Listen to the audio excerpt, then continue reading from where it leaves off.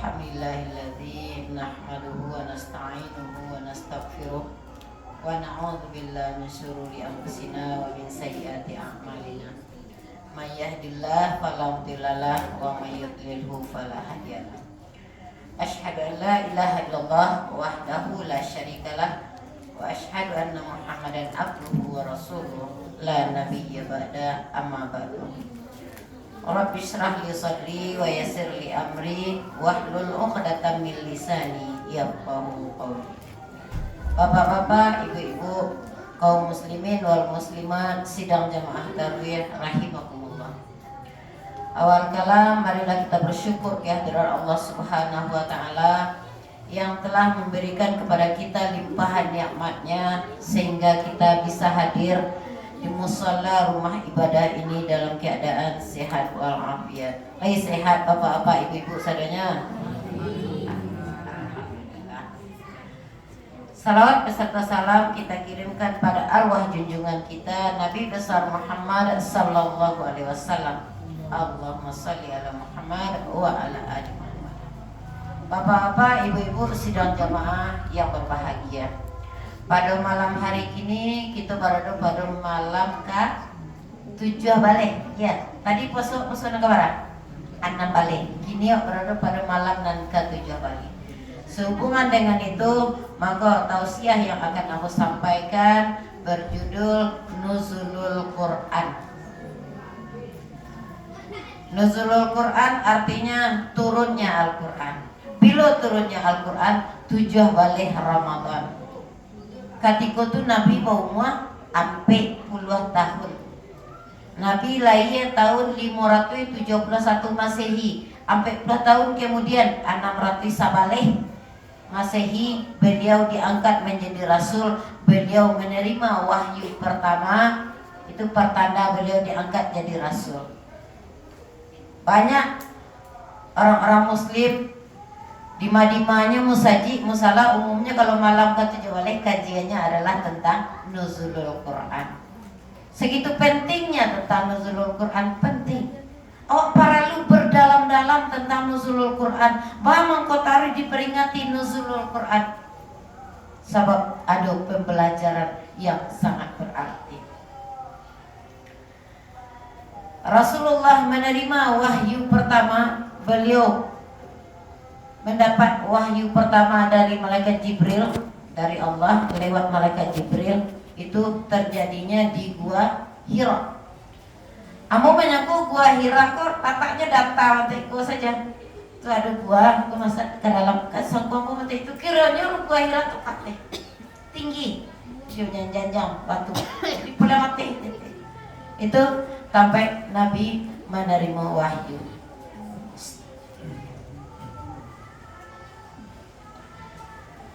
Awal kedatangan Nabi ke Gua Hira diawali dengan mimpi.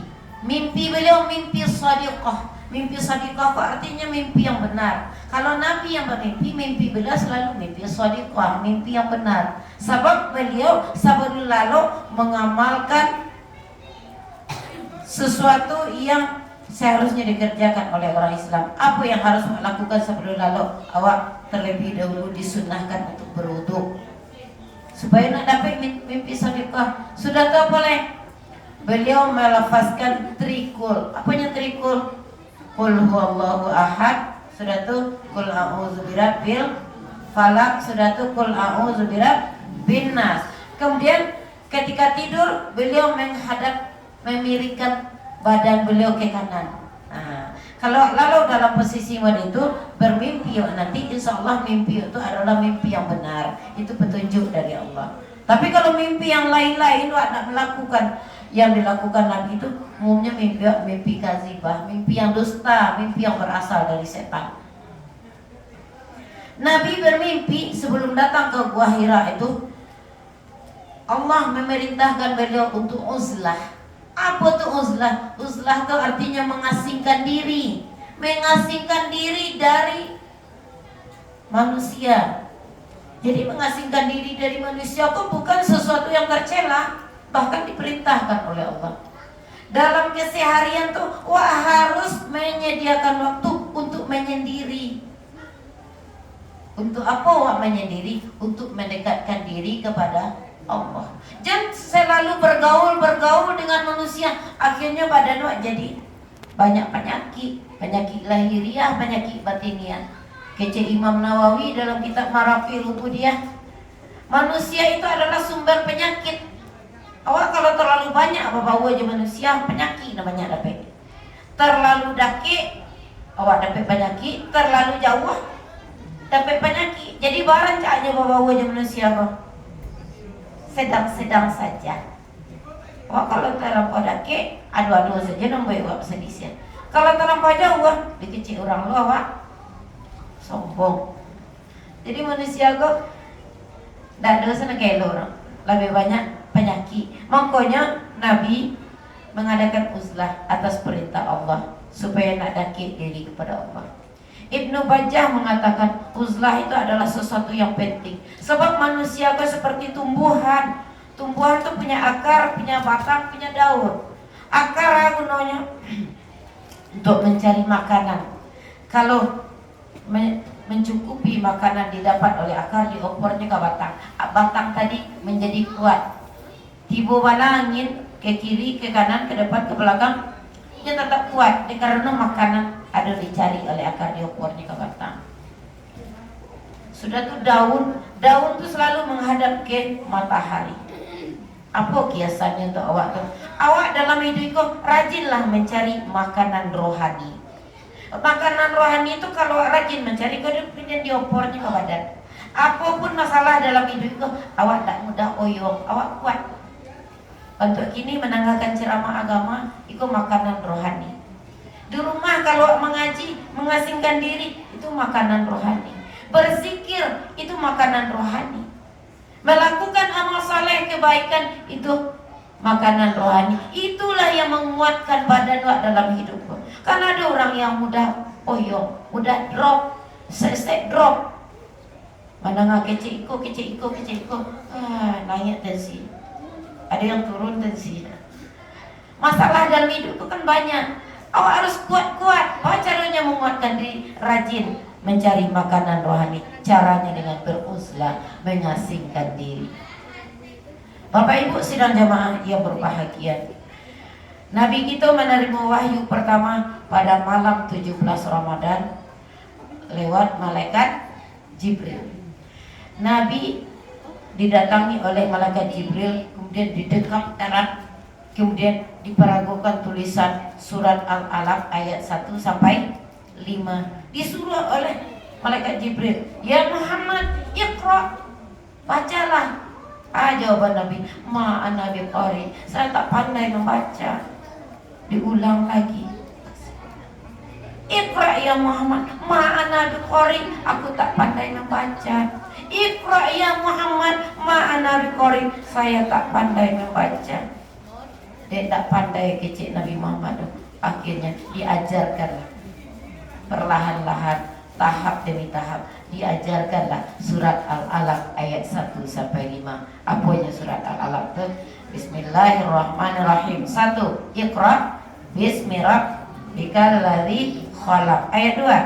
Khalaqal. Ya, 3. Iqra wa akram. Sampai alladzi lama bil qalam. 5. Allamal insana ma lam ya'lam. Itu ayat Nabi Moga yang pertama diterima Nabi pada tanggal 17 Ramadan.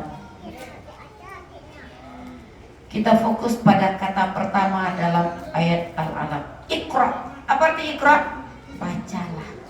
Maka wahyu pertama yang datang kepada Nabi Muhammad kata Iqra, bacalah. Bako tidak nan lain-lain, bako tidak dengarkanlah, bako tidak tuliskanlah, bako tidak perhatikanlah. Tidak. Yang pertama disuruh oleh Allah kita untuk Iqra, bacalah.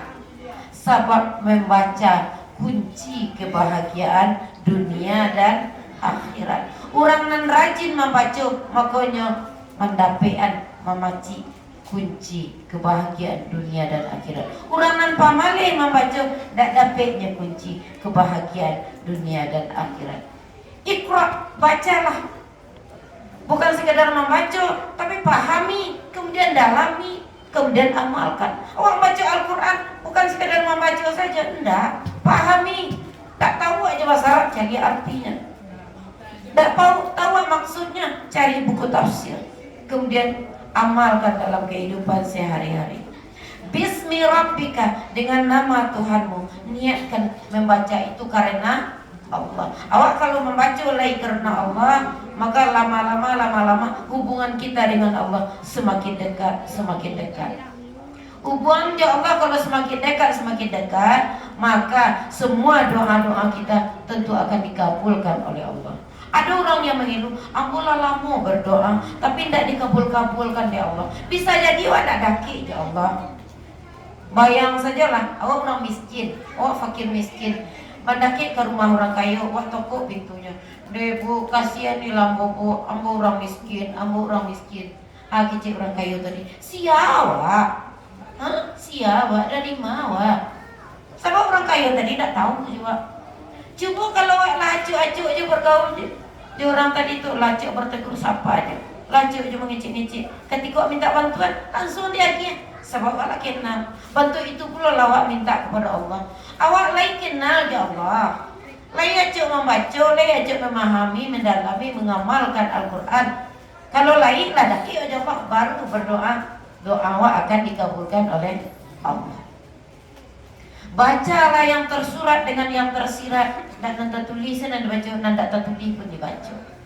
Pak Allah caranya tuh dalam kehidupan sehari-hari banyak kejadian-kejadian, peristiwa-peristiwa itu ambil pelajaran dari situ. Maka artinya membaca nanta sirih. Jadi baca nanta sirih, baca pula nanta sirih. Bapak Ibu sidang jamaah yang berbahagia. Ba'a mangko kata Iqra yang turun dulu kepada Nabi Muhammad. Dan pertama Allah menginginkan awak menjadi cinta ilmu. Allah dia ingin awak cinta ilmu, makanya yang turun kata Iqra, bacalah. Dalam sebuah hadis Rasulullah telah bersabda, Bismillahirrahmanirrahim, man arada dunya fa'alaihi bil ilmi. Siapa yang menginginkan kebahagiaan dunia, hendaklah berilmu. Wa man arada al-akhirah fa'alaihi bil ilmi. Siapa menginginkan kebahagiaan akhirat, hendaklah berilmu. Wa man aradahuma fa'alaihi bil ilmi. Dan siapa yang menginginkan kebahagiaan kedua-duanya, hendaklah berilmu. Baca runya jadi orang berilmu. Imam baca, pahami, dalami, amalkan. Baru ada kebahagiaan dunia dan akhirat. Ada seorang alim, orang yang berilmu agama, biasa dipanggil Buya, Abu Yazid Al-Bistami. Beliau mengajar murid-murid beliau. Ketika pembelajaran sudah usai, mendekat salah seorang murid. Kecilnya, Buya, boleh tanya Cik Buya? Boleh, apa nak ditanya? Tanyalah. Buya, ba'a cara membedakan yang baik dengan yang buruk, supaya nak bisa lo melakukan dalam kehidupan sehari. Apa bedanya perbuatan baik dan buruk? Jawaban Buya Abu Yazid tadi, perbuatan baik mendekatkan hatimu kepada Allah, sedangkan perbuatan buruk menjauhkan hatimu daripada Allah. Itu bedanya baik dan buruk. Kemudian murid tadi bertanya, Pak caranya wak tahu perbuatan itu baik atau buruknya? Kecil Buya Abu Yazid, orang kalau berbuat baik hatinya tenang, kalau berbuat jahat hatinya gelisah. Itu bedanya. Kecil murid tadi, Buya, bagaimana caranya menghindarkan diri dari perbuatan buruk? Ada 3 caranya kecil Buya tadi. Apa tuh? Banyak zikir, banyak baca Quran, banyak melakukan amal saleh, berzikir, mengingat Allah, ucapkan kalimat-kalimat yang berat, yang ringan di lidah, berat di timbangan. Sudah tuh baca Quran, pahami, dalami, sudah tuh lakukan amal saleh. Amal saleh kan jadi sapu cuma salat, mengaji, dan ceramah, itu saja nama amal saleh. Enggak sesampai itu agama. Amal saleh itu kecil ulama, amalun nafi'un, amal yang bermanfaat. Lain bermanfaat, awali dengan bismillah, itu amal saleh. Awak di rumah banyak kerajo memasak, awali dengan bismillah, itu amal saleh. Awak kah manggil yang lado, awali dengan bismillah, itu amal soleh. Awak ke mencuci, awali dengan bismillah, itu amal soleh. Awak ke pergi ke sawah, awali dengan bismillah, itu amal soleh. Nan elo-elo bermanfaat, awali dengan bismillah, itu amal soleh. Sibukkan diri dengan amal soleh, sibukkan diri dengan amal soleh, maka awak akan menjadi orang yang bahagia dunia dan akhirat. Jadilah orang yang berilmu, cintailah ilmu dengan cara banyak membaca. Dalam Al-Mujadalah ayat 11, Bismillahirrahmanirrahim. Yarfa'illahu alladhina amanu minkum walladhina utul ilma darajat. Allah akan mengangkatkan derajat orang-orang yang beriman di antara kamu dan orang-orang yang diberi ilmu pengetahuan beberapa derajat. Allah tinggikan derajat awak kalau awak beriman dan berilmu. Tinggi mukasihnya Pak, awak mulia di mata manusia, mulia pula di mata Allah. Syaratnya dua, beriman dan berilmu. Beriman yakin awak dengan adanya Allah, berilmu banyaklah membaca, baca dan tasuri jangan tasiri. Itu yang pertama, maka Iqra yang turun ayat pertama. Dan kedua, makanya kata Iqra yang diturunkan Allah kepada Nabi Muhammad yang pertama adalah supaya manusia bisa membaca diri sendiri. Awak disuruh banyak membaca diri sendiri, jangan banyak membaca orang lain. Tuba liman syaghalahu aibuhu an uyubin nas. Berbahagialah orang-orang yang sibuk dengan aibnya sendiri sehingga lupa dengan aib orang lain. Awak kan lebih banyak membaca orang lain daripada membaca diri sendiri. Padahal yang disuruh oleh Allah membaca diri sendiri. Tanyuan ke diri awak sendiri, awak kok sebenarnya dari mana? Dari mana hendak ke mana? Awak berasal dari Allah, akan kembali kepada Allah. Ketika ada orang yang wa inna ilaihi raji'un, sesungguhnya kami berasal dari Allah dan akan kembali kepada Allah. Kan jale itu hidup hanya untuk Allah. Tujuan hidup jale Allah tetapkan dalam surah Az-Zariyat ayat 56.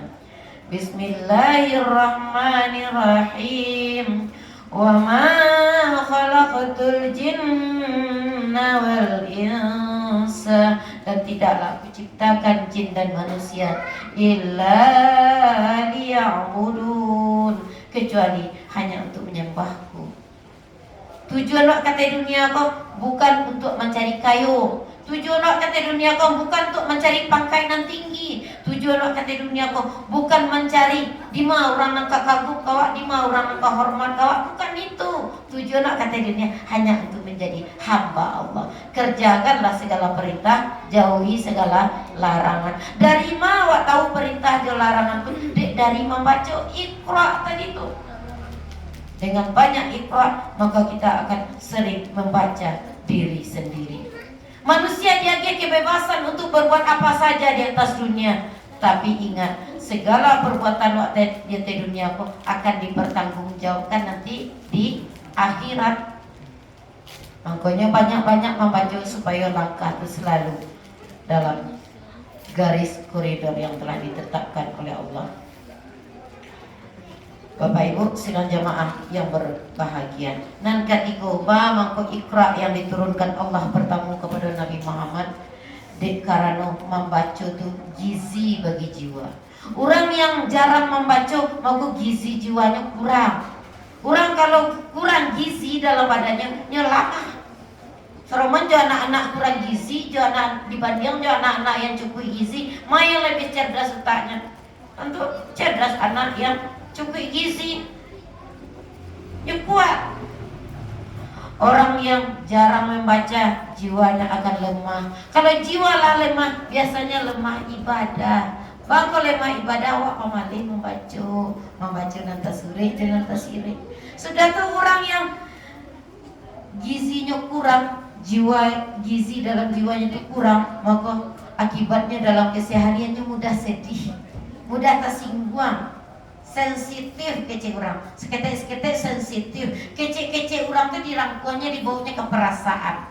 Dia awak yuk parasu, di kece orang mangko tarasu dewa. Awak perasaan itu lebih rugi awak kalau perasaan lebih hidup itu lebih dominan menggunakan pikiran daripada perasaan.